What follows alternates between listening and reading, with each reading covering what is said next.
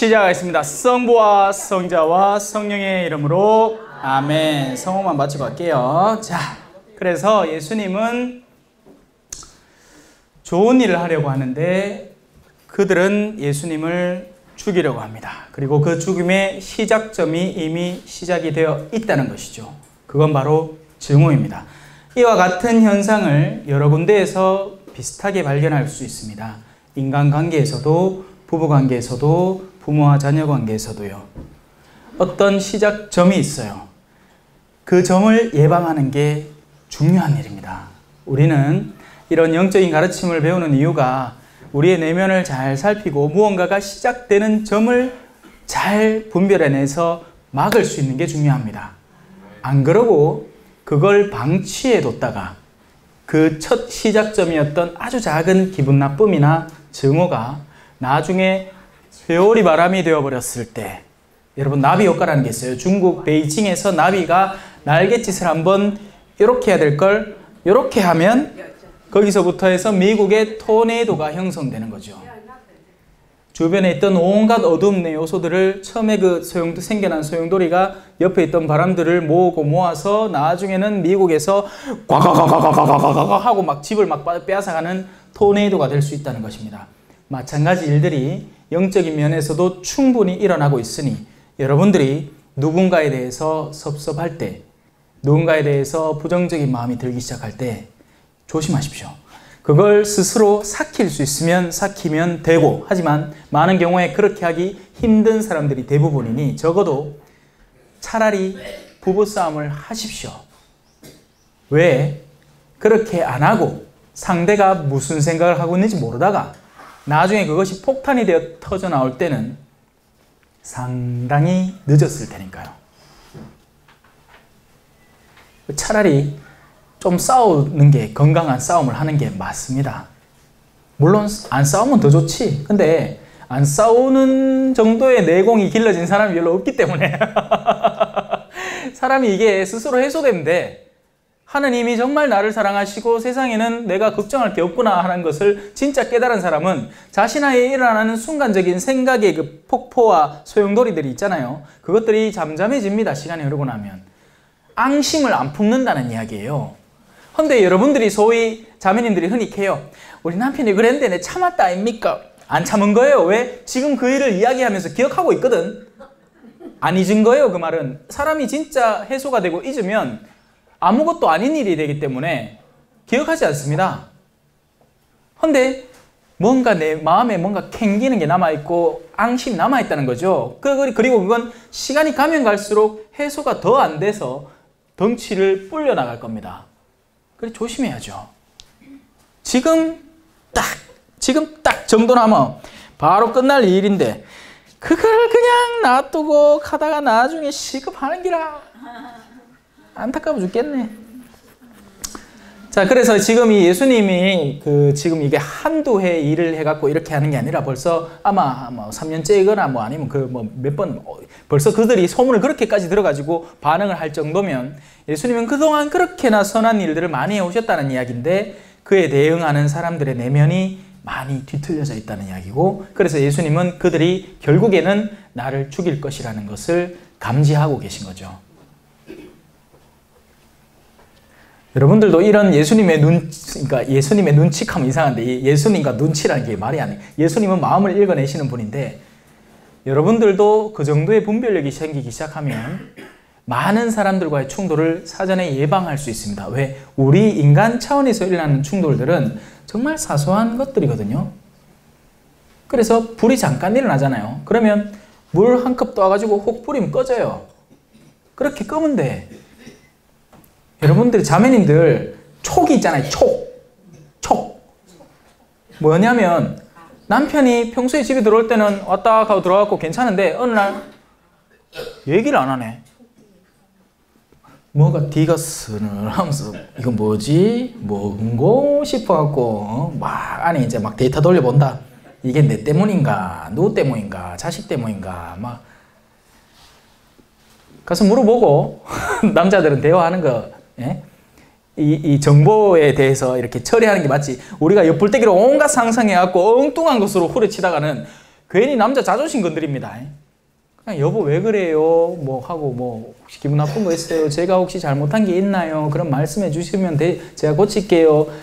근데 이것도 안 돼. 자매님 자존심 있는 기라. 지가 고래 꽁냥하게 들어왔어? 뭐 지만 섭섭하나? 나도 섭섭한 거 많다. 그렇게 하고 앉았어요. 진짜 싸움이 전쟁이 시작되는 거지 그때부터. 나중에 남편 불륜 나고 난리 난다. 남편 하다가도 또 밤에 또 생각나면 아내한테 와갖고 여보야 오늘 우리 같이 자까 하는데 또 섭섭했는 기야 또 집에 들어올 때부터 계속 나빠가 안 한다. 하면 이제 남자가 이제 섭섭하게 막 욕구도 막 참기 힘들지 하기에 바람 나는 거예요. 그렇게 호미로 막을 걸 가래로 막는다.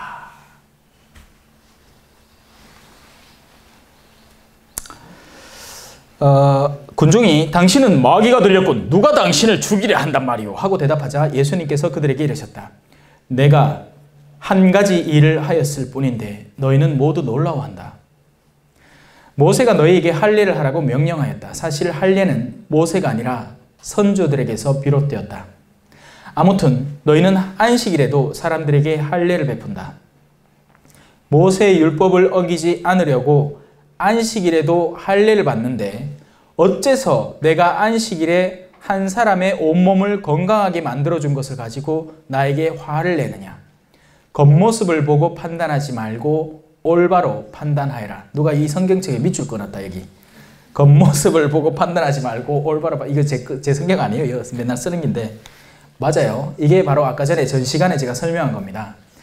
성경 껍데기가 중요한 게 아니고 그 안에 든 것을 잘 분별해야 되고 그 든 것을 잘 분별하려면 와서 보아야 한다는 것입니다. 그러지 않은 채 스펙을 보고 분별을 하거나 그가 쌓아놓은 외적인 것을 보고 분별을 하고 들다가는 엉뚱한 분별을 하게 되고 엉뚱한 것을 수용하게 된다는 겁니다. 저분이 그리스도이신가? 라는 제목으로 25절 시작합니다. 예루살렘 주민들 가운데 몇 사람이 말하였다. 그들이 죽이려고 말하는 이가 저 사람 아닙니까? 그런데 보십시오. 저 사람이 드러내놓고 이야기하는데 그들은 아무 말도 하지 못합니다. 최고의회 의원들이 정말 저 사람을 메시아로 알고 있는 것은 아닐까요? 그러나 메시아께서 오실 때에는 그분이 어디에서 오시는지 아무도 알지 못할 터인데 우리는 저 사람이 어디에서 왔는지 알고 있지 않습니까? 여러분 제가 어디서 왔죠? 대구에서. 그리고 여러분들은 뭐 아까 들어오면서 한 분 인사하는데 서울에서 오신 분도 계시고 경남 양산에 사시는 분도 계실 게고 또 제 아는 자매님도 같이 대구에서 왔는 분 계시고 골고루 왔잖아요. 그죠? 하지만 우린 다 똑같은 데서 왔어요. 하느님에게서 왔습니다. 그리고 그들은 그분을 모르는 거죠. 그래서 예수님은 그렇게 얘기하신 거예요. 그러니까 그들이 그렇게 얘기하는 거죠. 메시아는 올 때 어디서 오는지를 몰라야 됩니다. 왜? 메시아가 오는 건 사람들이 아직 하느님을 모르기 때문에 메시아가 와서 하느님을 알려주기 때문에 그 사람들은 메시아가 어디서 오는지를 몰라요. 하지만 그 메시아는 우리가 아는 데서 오긴 옵니다. 그게 갈릴레아든 대구든 서울이든 양산이든 어디든지 메시아는 올 자리가 있어요. 베들레헴이든 나자렛이든 뭐 상관없어. 근데 그 자리는 중요하지 않다는 거죠. 그 자리는 중요하지 않아요. 위에서부터 오는 이들, 하느님에게서부터 오는 우리들이 중요한 겁니다. 여러분들의 내면 안에는 그 사람이 누구든지 하느님에게서 온 영역이 존재합니다. 그걸 영혼이라고 해요. 영혼은 세상의 물질로부터 탄생될 수 있는 것이 아닙니다. 우리는요, 기술이 많이 발전했어요. 뭘 할 수 있느냐? 이건 벌써 만들었고, 이건 내 초등학생 때 만들어놨다. 내 삼촌이 어떤 장난감 하나 사가지고 하얀색 로봇 장난감인데 밑에 바퀴 달려갖고 이래 가고 손 요래갖고 하고 손 모으는 것까지 돼. 그래갖고 막 물건들 이렇게 딱 잡아가지고 들어올리고 이거 다 됐단 말이에요. 지금은 어떤지 아세요? 아예 껍데기도 사람 맨키로 딱 만들어가 안에 CPU하고 컴퓨터하고 딱 집어여가 대화가 돼요. 그 정도로 만들어놨어요. 껍데기를 다 흉내낼 수 있다는 거죠. 하지만 영혼만큼은 하느님이 부여하시는 겁니다. 바로 이 점에서 저는 또 다른 것을 짚고 넘어가야 되는데 인간은요, 영혼을 받은 존재들이에요. 그리고 그 영혼은 언제 수여될까? 그 점에서 우리 교회는 수정란 때부터라고 이야기를 합니다. 바로 거기에서 모든 성윤리가 파생되는 겁니다. 간단한 이야기예요. 하느님이 인간을 만들 때 그러면 자 보자 손가락 달린나? 인자쯤에서 내가 영혼을 훅 불어넣어줘야지. 이게 아니에요.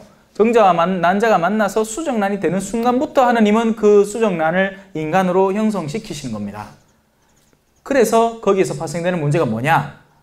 당연히 낙태는 안 되겠죠. 그리고 사후 피임약이라는 게 있습니다. 그게 무슨 말이냐? 일 저지르고 나서 먹는 피임약이에요. 수정란의 착상을 방해해서 임신이 안 되게 하는 거죠. 한마디로 수정란을 죽이는 거죠. 당연히 안 되겠죠. 근데 마치 되는 것처럼 이야기를 합니다. 조심해야 돼요, 여러분. 거기에서 한 걸음 더 나가면 뭐가 있느냐? 인공수정 요새 많이 할걸요. 많이 할 겁니다. 왜? 의아등동 지핏줄은 갖고 싶은 기야. 근데 자매님들이 나아가 들어갔고 아가 안 나오네. 내 알을 낳아 또 하고 결혼했는데 알을 못 낳아. 그래 왜 해야 되겠습니까? 억지로라도 과학기술의 힘을 빌어서라도 해야지. 근데 그걸 어떻게 할 것 같습니까? 난자를 쭉쭉쭉쭉 뽑아냅니다. 마치 계란 미리 뽁뽁뽁 뽑아내는 것만큼. 그러고 나서 거기에다 착상을 다 시켜요. 그 중에 좀 낫다 싶은 놈을 안에 집어넣고 시작하는 겁니다. 그럼 나머지 수정란들은 어떻게 되는데? 죽이는 거예요. 그래서 안 되는 겁니다. 그것도 안 돼. 사후 피임약도 안 돼. 피임에 대해서는 아까 전 시간에 얘기했죠. 왜? 피임하려는 의도 자체가 아이가 생기자마자 부정적인 감각을 가지게 될 것이고 자연스럽게 낙태로 이어질 가능성이 높으니까 하지 말라는 얘기인데, 근데 그거에 대해서는 여러분들의 올바른 분별을 잘 맡기겠습니다. 왜냐하면 현대사회에서 그죠? 정말 축복을 그대로 다 받아들이기에는 너무나 험한 세상이 되어버렸으니까요. 무슨 말이냐? 정말 부모가 작정하고 아이를 11명 낳든 12명을 낳든지 키울 생각이면 키울 수 있어요. 하지만 주변에 이 달싹거리는 잎들에 귀가 너무 팔랑거린다는 거죠. 적어도 무슨 학원은 보내야 돼, 뭐는 해야 돼 하는 그런 것 때문에 그렇게 요구되는 그 기준점들이 상당히 높아져 있기 때문에 11명의 아이를 데리고서는 내가 그런 사회 안에서 올바로 견뎌낼 내공이 없다는 거예요. 그렇기 때문에 거기에 대해서는 올바른 분별 안에서 어른들에게 맡기는 겁니다. 물론 교회는 피임은 될 수 있으면 하지 말고 자연주기법을 쓰라고는 가르치지만 그 구체적인 실행에 있어서는 여러분들이 현명하게 분별하라는 거예요. 사람을 살리는 일, 그러니까 아직까지 피임의 문제에 있어서는 아이가 형성되기 전의 단계의 일이 있기 때문에 어느 정도는 이 어른들의 자율성, 근데 이거 익혀봐야 알아서 다 합니다. 알아서 다 한다. 가만히 놔둬도 알아서 다 한다. 자행위도 마찬가지인 거죠. 자행위가 왜 안 좋으냐면 성에 대한 그릇된 관념을 심기 좋도록 그쪽 방향으로 나갈 수 있기 때문입니다. 자행위를 할 때 어떻게 보는 음란물은 다들 남성 위주의 관점으로 만들어진 것들이고, 그러면 여성에 대한 그릇된 관념을 가지게 되고, 또 성이라는 것을 남자와 여자가 인격적으로 만나서 인격적인 만남을 전제하에 최종적으로 서로의 온전한 동의하에서 그 관계를 정말 둘의 사랑의 절정으로 느끼는 것이 성이어야 하는데, 이 자유행위는 그 성을 쾌락적으로 자꾸 뽑아 나간다는 거예요. 그러다 보면 자기 아내한테 만족을 못하고 또 비서하고 놀아나고 비서한테도 만족을 못하고 또 딴 여자하고 놀아나고 그 커다가 만족을 못하면 또 엉뚱한 젊은 아 찾고 젊은 아도 만족을 못하면 더 젊은 아 찾고 그러다가 아동까지 건드리고 생난리 북새통을 치고 있는 게 지금의 성의 현실인 거죠. 원래 성은 절제하에서, 그러니까 그런 덕목들이 오늘날 현대인에게는 하나도 없다는 이야기예요. 절제를 어디서 훈련합니까? 띠띠띠띠띠 여보세요. 지금 아이고 12시 넘었는데 배달되지요? 예. 우리 집에 뭐 하나 시켜주세요 하면 방당 갔다 옵니다. 물건 하나 주문해갖고 내일 배달 안 해주면 성질을 얼마나 내는지 몰라요. 인내가 없어요. 모든 덕목들을 향상시키는 가장 기초적인 인내가 없는 겁니다. 그래서 여러분들은 색다른 차원에 있는 거죠. 인내를 훈련하신 분들이 이 중엔 많아요. 좁은데 같이 살락하면 참아야 돼. 더워도 참아야 되고 추워도 참아야 되고. 아까 한 자매님 그죠? 제 더울까봐 선풍기 틀어준다 하잖아요. 저는 볼리비아에서 8년 동안 덥게 살아왔기 때문에 괜찮아요. 미사 한번 드리고 나면 땀이 막 샤워를 합니다. 여기는요, 정말 좋은 환경이에요. 옷도 봐라, 얼마나 좋노. 땀 졸졸 새어 나가도록 잘 만들어 놨나, 그죠? 자, 이제 다시 돌아옵시다. 겉모습을 보고 판단하지 말고 올바로 판단하여라 라는 데에서 좀 몇 개로 많이 새 나왔습니다. 하지만 다 중요한 가르침이에요. 그리고 여러분들이 주변에 올바로 가르쳐 줘야 할 부분들인 거죠. 사람들은 혼동해야 할 테니까요. 낙태는 진짜 필요하면 해도 되는 거 아닌가? 아니에요, 절대로. 생명의 주인은 누구시다? 하나님이십니다. 저분이 그리스도이신가? 벌써 넘어왔구나. 자, 메시아께서 오실 때는 그분이 어디에서 오시는지 아무도 알지 못할 터인데 우리는 저 사람이 어디에서 왔는지 알고 있지 않습니까? 하지만 그들은 아직도 모르고 있다는 얘기죠. 그래서 예수님께서는 성전에서 가르치시며 큰 소리로 말씀하십니다. 너희는 나를 알고 또 내가 어디에서 왔는지도 알고 있다. 그건 바로 나자렛이다. 갈릴레아다. 혹은 너희들이 나에 대해서 좀 더 잘 아는 내 친척과 형제들이라면 내가 베들레헴 출신이라는 것도 알 것이다. 내가 우리 부모님 요셉과 마리아의 호적 등록 때문에 거기 가서 탄생을 하게 됐으니까 내 양아버지이긴 하지만 나는 나 스스로 온 것이 아니다. 나를 보내신 분은 참되신데 너희는 그분을 전혀 알지 못한다. 참된 것은 누가 알 수 있을까요? 참된 사람이 알 수 있습니다.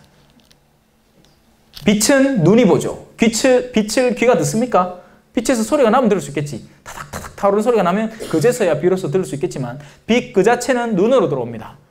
참된 빛은 참된 눈으로 들어옵니다. 참된 빛을 딴 걸로 느낄 수가 없어요. 마음에 거짓됨이 있으면 빛을 알아보지 못합니다. 선글라스를 끼고 있으니까요. 마음이 어긋나 있고 거짓되고 무언가 세상 탐욕이나 무언가에 절어 있는 사람은 빛을 보더라도 빛을 안 보입니다. 간단한 얘기예요. 선글라스 끼면 그 빛의 원래 색깔이 안 보이잖아요. 노란 선글라스 끼면 노랗게 보이고 초록 선글라스 끼면 초록색으로 보입니다. 희한해. 하느님의 빛도 똑같아요. 하느님의 빛은 순수한 영으로 봐야 돼. 그래서 마음이 깨끗한 사람은 행복하다. 그들은 하느님을 보게 될 것이다. 마음이 깨끗한 사람은 하느님을 이미 보고 있어요. 하느님을 어디서 찾아야 합니까? 하고 묻는 사람은 자신의 마음을 봐야지. 하느님을 찾을 게 아니고. 하느님을 어디서 찾습니까? 하고 자신의 마음은 안 보고 밖에 있는 하느님만 찾다가는 엉뚱한 하느님을 찾아요.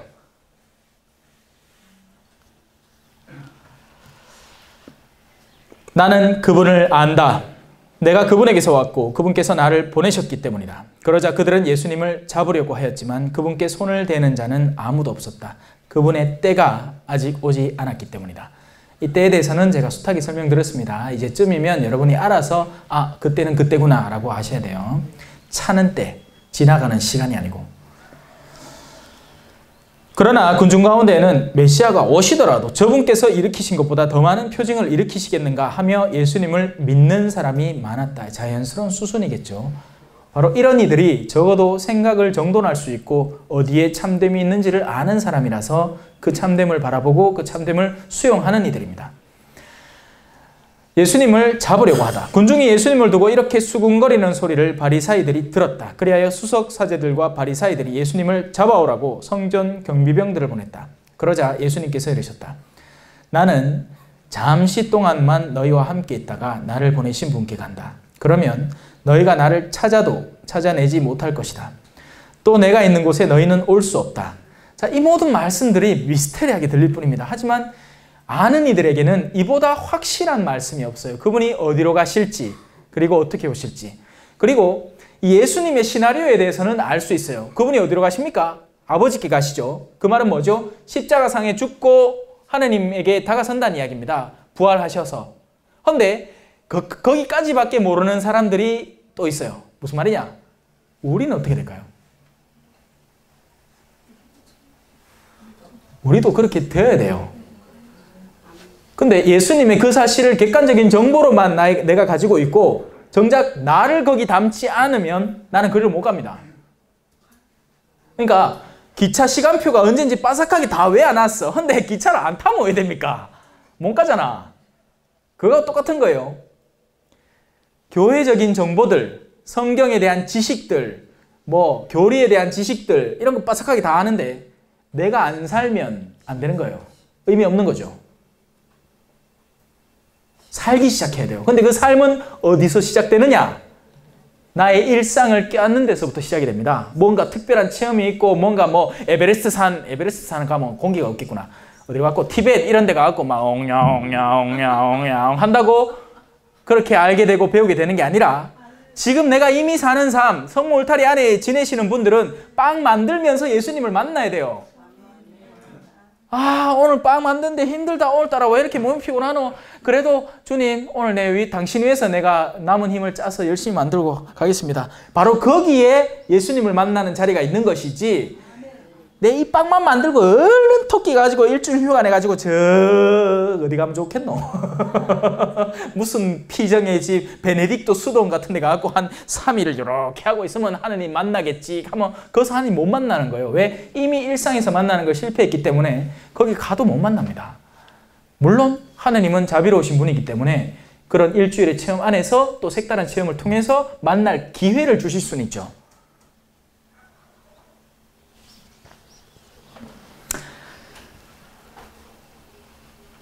그러자 유다인들이 서로 말합니다. 저 사람이 어디에 가려고 하기에 우리가 자기를 찾아내지 못한다는 말인가? 그리스인 사리에 흩어져 있는 동포들에게 가서 그리스인들을 가르치겠다는 말인가? 자, 보십시오. 이 유다인들은 이 지상적인 차원에서 자꾸 찾는 거예요. 예수님은 천상의 이야기를 하는데 이 사람들은 지상적인 차원에서 그게 무슨 말이지? 그걸 어떻게 이해할 수 있지를 찾는 거죠.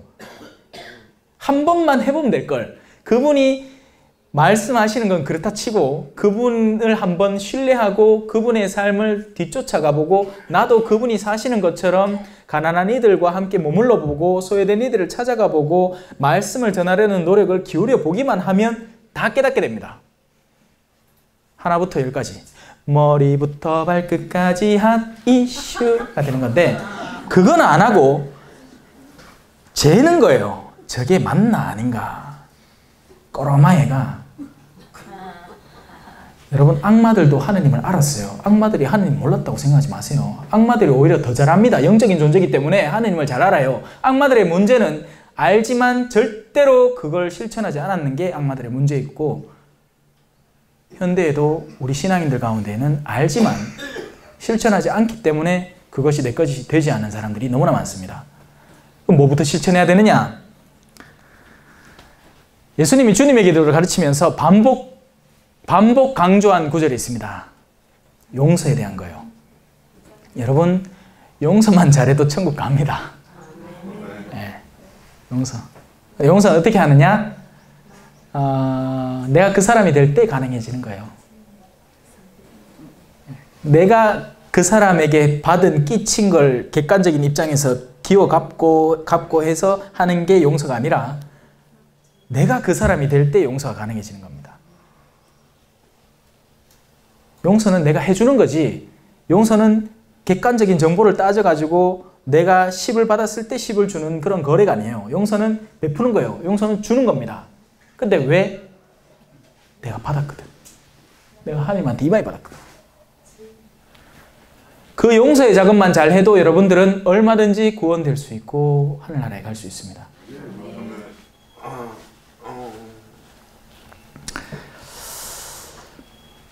자, 그리고 너희가 나를 찾아도 찾아내지 못할 것이다. 또 내가 있는 곳에 너희는 올 수 없다는 말은 무슨 뜻인가? 계속 그들은 의문을 가집니다. 그리고 이런 일들이요, 여기뿐만 아니라 요한복음 안에 전반적으로 흩어져 있고 계속 그 불이해가 계속 가중됩니다. 근데 그 와중에 아는 사람은 아는 거예요. 자, 이제 목마른 사람은 나에게 오라. 유명한 구절이죠, 그죠? 술자리에서도 얼마나 이걸 쓰제끼는지 모릅니다. 소주 한 잔 딱 부어놓고 목마른 사람은 나에게 오라. 자 하고 막 따라주고 아따마. 축제의 가장 중요한 날인 마지막 날에 예수님께서는 일어서시어 큰 소리로 말씀하셨다. 큰 소리로 말씀하셨으니까 큰 소리로 말해야 되겠죠. 목마른 사람은 다 나에게 와서 마셔라. 나를 믿는 사람은 성경 말씀대로 그 속에서 생수의 강들이 흘러나올 것이다. 이는 당신을 믿는 이들이 받게 될 성령을 가리켜 하신 말씀이었다. 예수님께서 영광스럽게 되지 않으셨기 때문에 성령께서 아직 와 계시지 않았던 것이다. 지금은요, 성령의 시대입니다. 왜 그런지 아세요? 옛날에는 사람들이 율법을 알았어요. 안 가르쳐줘도 법이라는 것을 알고 그 법에 따라서 자신의 마음을 갖고 나가고, 비단 유대인들만이 아니라 우리 민족도 법이 있었습니다. 그 법이 삶 안에서 자연스럽게 체득됐죠. 어르신들을 보고 인사를 드리는 건 우리 안에 체득된 법 때문입니다. 어르신에 대한 자연스러운 공경, 그건 유교의 사상을 바탕으로 하고 이렇게 뭐라고 하죠? 태극과 음극, 그러니까 양극과 뭐 있잖아. 왜 우리 태극기에 그 태극 문양, 그죠? 모든 만물이 합당하게 조화를 이루고 장유유선이 뭐니? 뭐라고? 건공감리 이런 거 물질의 4가지 요소 이런 것들이 다 골고루 갖춰져 있는 가운데 젊은이들은 어르신들을 합당하게 공경하는 것이 맞기 때문에 그렇게 되는데, 오늘날 그게 이제 충돌하고 무너지고 있잖아요. 지하철 타보면 저는 웃겨요. 뭐라고 적어놨냐면 1단 경로석 적어놨습니다. 그 말은 즉슨 노인들은 이 자리에 오지 말란 얘기예요. 또 일반 자리에 또 뭘 적어놨냐면 임산부석 적어놨습니다. 그거만 앉으란 얘기지. 또 반대로 임산부 아닌 사람은 될 수 있으면 그거 앉지 말란 이야기인데, 근데 그게 원래는 자연스럽게 이루어져야 되고, 어르신들이 언제 어디에서라도 지하철에 들어오더라도 자기가 앉은 자리를 비켜드리는 것이 옛날엔 자연스러웠잖아요. 저만 해도 버스 타면 어르신들 오면 오야든동 그분들 앉혀드리려는 게 자연스러운 일이었는데 요즘은 안 그렇다는 거지. 그러니까 그걸 일종의 규율로 만들어버린 겁니다. 재밌는 세상이 됐어요. 그죠? 그렇게 사람들은 일찍부터 그걸 갖고 있었습니다. 하느님을 감지하고 있었고, 진짜 하느님이라는 그 명칭이 뭔지를 몰랐고 예수 그리스도라는 명칭이 몰랐을 뿐이지 천지 신명이 어떤 분이신지를 알고 그분의 뜻에 합당하게 착하게 살아야 된다는 걸 알았어요. 우리 할머니만 해도 그렇게 물 떠놓고 정화수 떠놓고 그 선앙당이 말 빌었답니다. 천지 신명이 시여 도와주시소 착하게 살 테니께. 근데 그러다가 유다인들을 선택하신 하느님께서 그 외아들을 보내주셨죠. 예수 그리스도라는 분을. 그리고 그분이 활동하시는 동안은 말씀이 형성되고 말씀이 퍼지는 시기였어요. 그리고 나서는 교회 시기가 왔습니다. 그 교회 시기에는 성령이 오시는데, 예수님은 한 분이잖아요. 한 분 너무 작다 얘가. 암만 그분이 5천 명한테 먹을 걸 주고 몇 수십만 명을 자기가 능력 선에서 다 치유해줬다고 쳐. 인신후하게 써서 몇십만 명 치료해줬어. 그걸로 안 돼요. 그럼 어떻게 해야 될까요? 예수님의 말씀을 전해 듣는 누구라도 예수님이 하신 일을 만들어주자는 게 성령의 시대입니다. 그럼 그게 누가 돼야 될까? 신부들? 천재 삐 신부 짜들어 몇 명 된다고. 성소도 이제 없어. 우리 대구 교구에 이번에 들어온 신입생들이 10명 미만입니다. 우리 때만 해도 40명인가 들어갔어요. 한 반에. 신부 없어요. 여러분 조만간에 얼마 지나지 않았고 머리 허연 신부가 지와 미사 드리는 거 보고 앉아 있어야 된다. 꼭꼭 참아가며. 근데 그나마 다행인 게 신자도 없을기라. 신자도 머리 허연 할매들 몇 명 와갖고 막 하고 있을기라. 잘 됐지 뭐. 끼리끼리. 지금은 성령의 시대예요. 지금은 누구나 그 성령을 받아들여서 자신 안에 말씀을 풍부히 하고 자신이 말씀을 살고 그 말씀을 전해야 됩니다. 근데 그 말씀 어떻게 전하는데? 네메키로 성경떡 피놓고 자, 이 말씀은 이런 구절이고 줄줄줄줄 설명하고 이거 말고, 여러분 말씀 전하는 제일 좋은 방법은요, 선한 삶의 모범이에요. 그만큼 좋은 말씀의 모범이 없습니다. 저 사람은 왜 저렇게 살까를 만들어주는 거죠. 내 같으면 저래 안 살 낀데, 내 같으면 저래 못생긴 마누라 옆에 두고 계속 그래 옆에 섬기면서 그래도 내 마누라가 최고라고 하면서 안 살 낀데. 근데 그 사람은 그렇게 산다는 거지. 왜? 신앙이 있으니까. 반대편도 해드릴까요?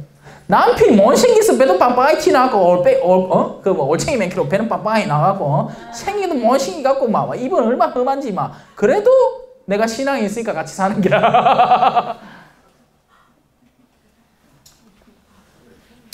양측 균등하게 해줘야지 안 하면 섭섭해하더라. 그죠? 자, 그래서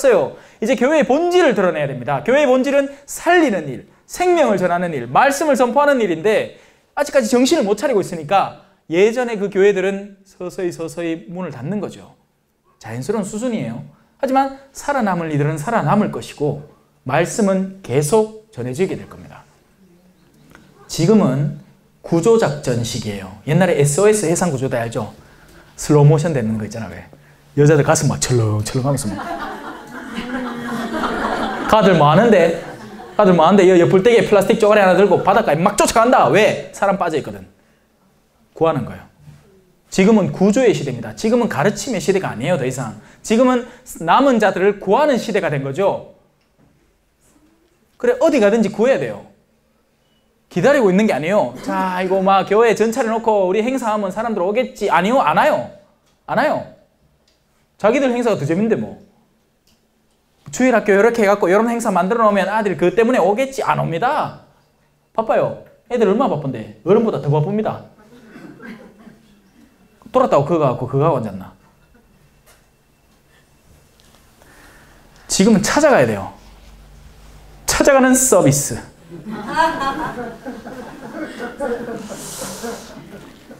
오라는 대로 가서 그들을 살려야 됩니다. 와달라는 대로 가서 그들을 살려야 돼요. 여러분들은 저와 그 일을 같이 하셔야 됩니다. 네. 선한 삶을 주변에 퍼뜨리려고 노력하세요. 그래야 탈란트를 버는 게 되는 거예요. 하나님이 나중에 가서 셈을 할 거예요. 보자. 니 와봐라. 마신보이 와봐라. 니 뭐 했노? 저요. 성모울타리에 있습니다. 아이고, 네가 작은 일에 충실했으니까 그래, 내게 10골을 주마. 자, 이제 하용수 사장 와봐라. 그동안 뭐 했노? 하면 하용수 사장님은 같은 공동체의 식구들을 딱 드러내 주는 거예요. 그러니까 욕해도 돼. 욕은 해도 되는데 사람들 구하면 돼. 구하면 돼요. 여기 계신 그 각자에게 뭐 했노라고 물으실 것이고, 나는 너에게 영혼을 줬는데 그 영혼으로 몇몇의 영혼을 구했느냐, 벌었느냐, 를 셈하실 겁니다. 딴 거 보실 분이 아니에요. 근데 빌딩 몇 채 있노? 뭐 가족은 뭐 제대로 결혼은 제대로 했나? 뭐 이런 거 상관없습니다.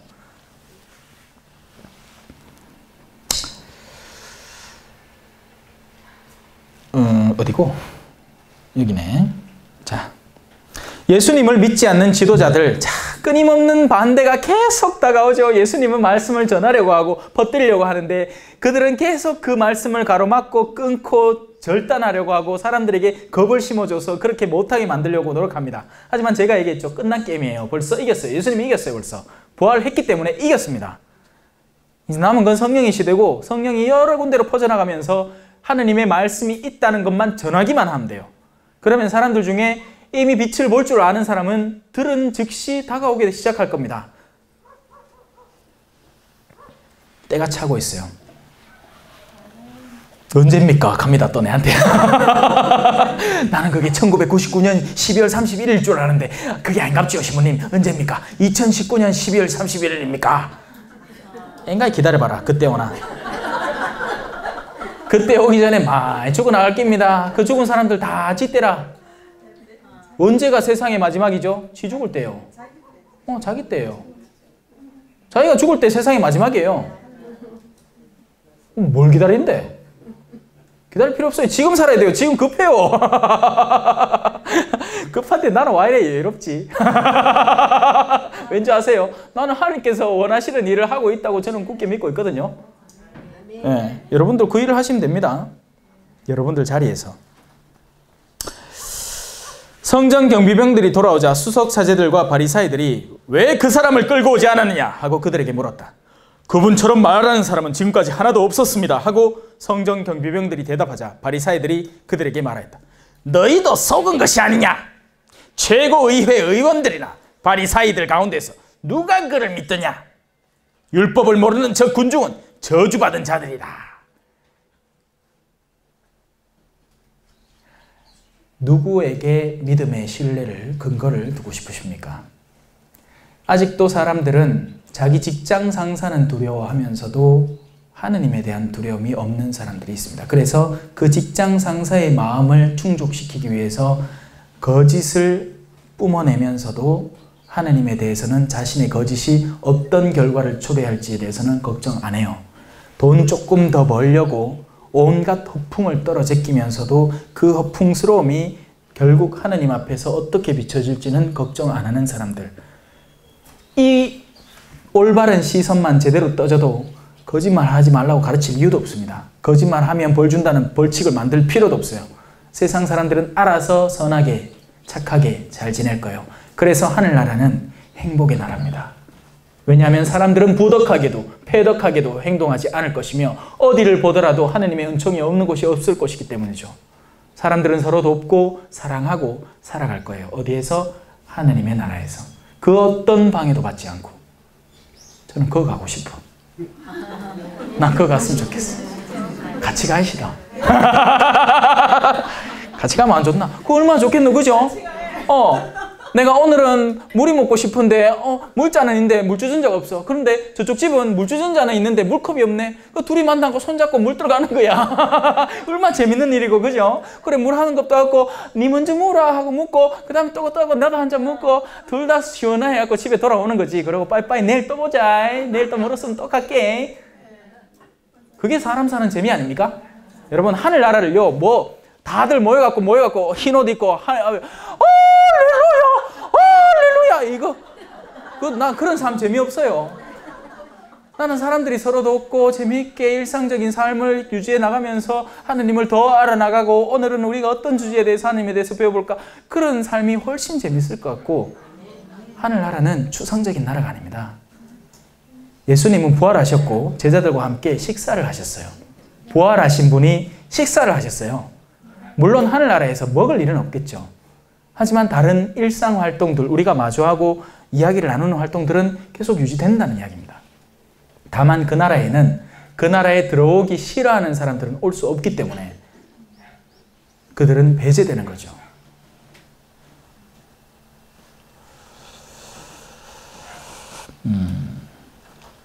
그들 가운데 한 사람으로 전에 예수님을 찾아왔던 니코데모. 니코데모는 바로 수석 사제들과 바리사회 중에 한 사람입니다. 그러니까 신임 받는 사람이고 위신이 있는 사람이라는 거죠. 이제 그 사람이 예수님에 대해서 변호를 시작합니다. 우리 율법에는 먼저 본인의 말을 들어보고 또 그가 하는 일을 알아보고 난 뒤에야 그 사람을 심판하게 되어 있지 않습니까? 그러자 그들이 니코데모에게 대답합니다. 당신도 갈릴리아 출신이란 말이오. 성경을 연구해 보시오. 갈릴리아에서는 예언자가 나지 않소. 우리 둘 다 경상도 사람이, 우리 다 경상도 출신이니까 당신도 경상도 출시요. 예언자는 서울에서 나오. 그거 상관없다는 얘기죠. 근데 사람들은 자신이 몸담고 있는 사회의 그런 사상들에 굉장히 영향을 받고 그런 걸 바탕으로 심지어는 하느님 일마저 분별하려고 든다는 겁니다. 자, 가늠하다 잡힌 여자까지만 하고 마칠게요. 그들은 저마다 집으로 돌아가고 예수님께서는 올리브 산으로 가십니다. 예수님은 곧잘 어딘가 산으로, 언덕으로, 동산으로 가서 뭐 할 것 같아요? 고돌이 쳤나? 기도하러 갔습니다. 기도. 하느님의 아들이신 분이 기도가 필요했던 겁니다. 여러분, 기도라는 건 굉장히 나약하고 의미 없는 수단 같지만 예수님이 하셨다면 저도 합니다. 여러분, 기도는 양으로 따지는 게 아니에요. 몇 단 바쳤는지 아니에요. 단 한 번의 기도를 하루에 단 한 번만 하더라도 진실함을 담은 기도면 충분합니다. 억지로 단수 눌리려고 기도하지 마세요. 그건 바로 누구의 마음에 만족을 주려는 기도다? 내 마음도 그렇지만 그 기도를 많이 해야 하는 이유가 분명히 존재할 거예요. 여러분들 자신 때문에 그렇게 기도를 많이 할 이유는 별로 없을 겁니다. 어디 보고해야 되기 때문에. 아니면 어디 성당에서 몇십만 단 바치기 운동을 하기 때문에. 몇십만 단 바치기 운동하면 여러분이 성심껏 솔직하게 바친 것만 바치면 돼요. 근데 그렇게 해서 몇십만 단이 안 되면 그만큼 못 바쳤다는 얘기고 끝난 거죠. 그런데 자꾸 휘달리면서 자신을 불안하게 만들지 마십시오. 안 했으면 안 했다고 솔직하게 얘기하세요. 레지오 가서 오늘 이번 주 활동 뭐 했습니까? 신심 활동 중에 기도 활동에 대해서 솔직하게 얘기하세요. 뭐 그럼 왜 할 낀데? 욕하겠지 속으로. 아이고 저밖에 안 했나? 근데 그 욕은 정당한 욕입니까? 아닙니까? 아니에요. 정당한 거 아니에요. 왜? 하느님이 내 마음을 알아주시니까. 내가 어떻게 기도했는지 아시는 겁니다. 예수님께서는 그렇게 올리브산으로 가십니다. 이른 아침 예수님께서는 예수님은 물론 예수님은 지혜예요. 알파요 오메가이신 분이라서 그 다음에 어떤 일이 벌어질지를 예상을 하시기 때문에 또 긴박한 상황이 일어나거나 아니면 이전에 힘든 일이 있었거나 하면 산에 올라가시지만 지금은 그 다음날 지금 가늠하다 잡힌 여자라는 제목이 붙어 있잖아요. 그렇기 때문에 특별히 기도하신 겁니다. 그 앞에서 합당함을 잘 선포할 수 있도록. 그분께서는 앉으셔서 그들을 가르치십니다. 자, 여기도 나오시죠. 예수님의 흔히 하는 일 가르침. 그때 율법학자들과 바리사이들이 가늠하다 붙잡힌 여자를 끌고 와서 가운데에 세워놓고 예수님에게 말합니다. 서상님, 아마요 여시가가 가늠하다가 현장에서 딱 걸렸다 아닙니까? 모세는 율법에서 이런 여자에게 돌을 던져 죽이라고 우리에게 명령하였습니다. 스승님의 생각은 어떠십니까? 그들은 예수님을 시험하여 고소할 구실을 만들려고 그렇게 말한 것이다. 뭔때 빠진 거예요. 여러분, 굳이 예수님이 아니라도 우리는요, 누군가에게 해악을 끼칠 목적으로 상황을 조성해 놓는 일을 하는 경우가 있습니다. 굉장히 조심해야 됩니다. 해를 끼칠 목적으로 은근히 밑장 깔아놓는 거지. 그런 사람이 있어요. 고스톱은 속이 가면서 재지. 그거는 어쩔 수가 없는데 이게 일상생활 안에서 자신의 삶의 습관이 되어버리면 굉장히 곤란해집니다. 그러니까 굳이 뭐 큰 피해는 아니더라도 남편에게서 뭔가를 얻어낼 목적이 있는데 솔직하게 남편이 분별해서 할 걸 하고 아니요 안 된다 할 걸 안 된다 할 분별력을 그에게 주지 않으려고 속이는 거예요. 천천히 밑장부터 까는 거지. 남편이 좋아하는 일단 청국장부터 끓여놓고. 왜? 남편이 자신의 정상적인 분별로 하면 안 된다고 할 테니까. 그걸 미리 알고 시작하는 겁니다.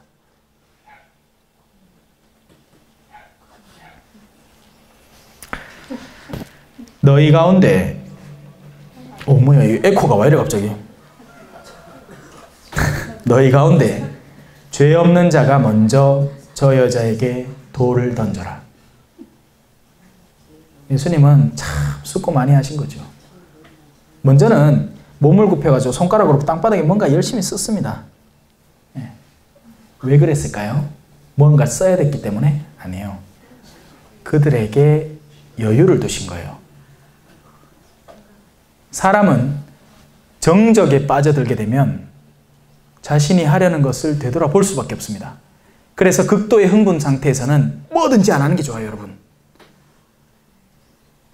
여러분들이 화나 있는 상태에서 암만 올바른 생각처럼 느껴지더라도 그 사람에게 충고해주고 싶은 욕구를 참는 게 좋습니다. 숙고하는 시간을 가지세요. 성모님처럼.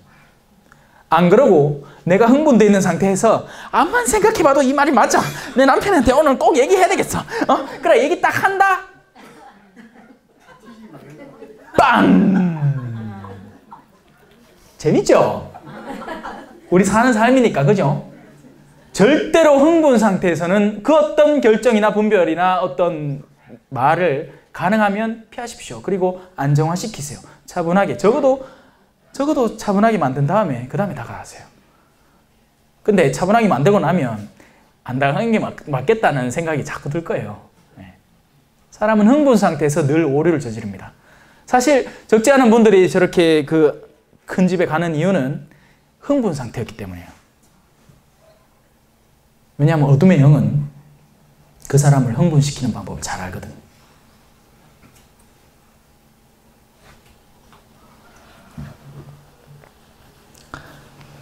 자, 그렇게 예수님은 툭 던지고 너희 가운데 죄 없는 사람이 저 여자에게 돌 던져. 자, 나 던지지 말라고 않겠다. 던져라. 던져.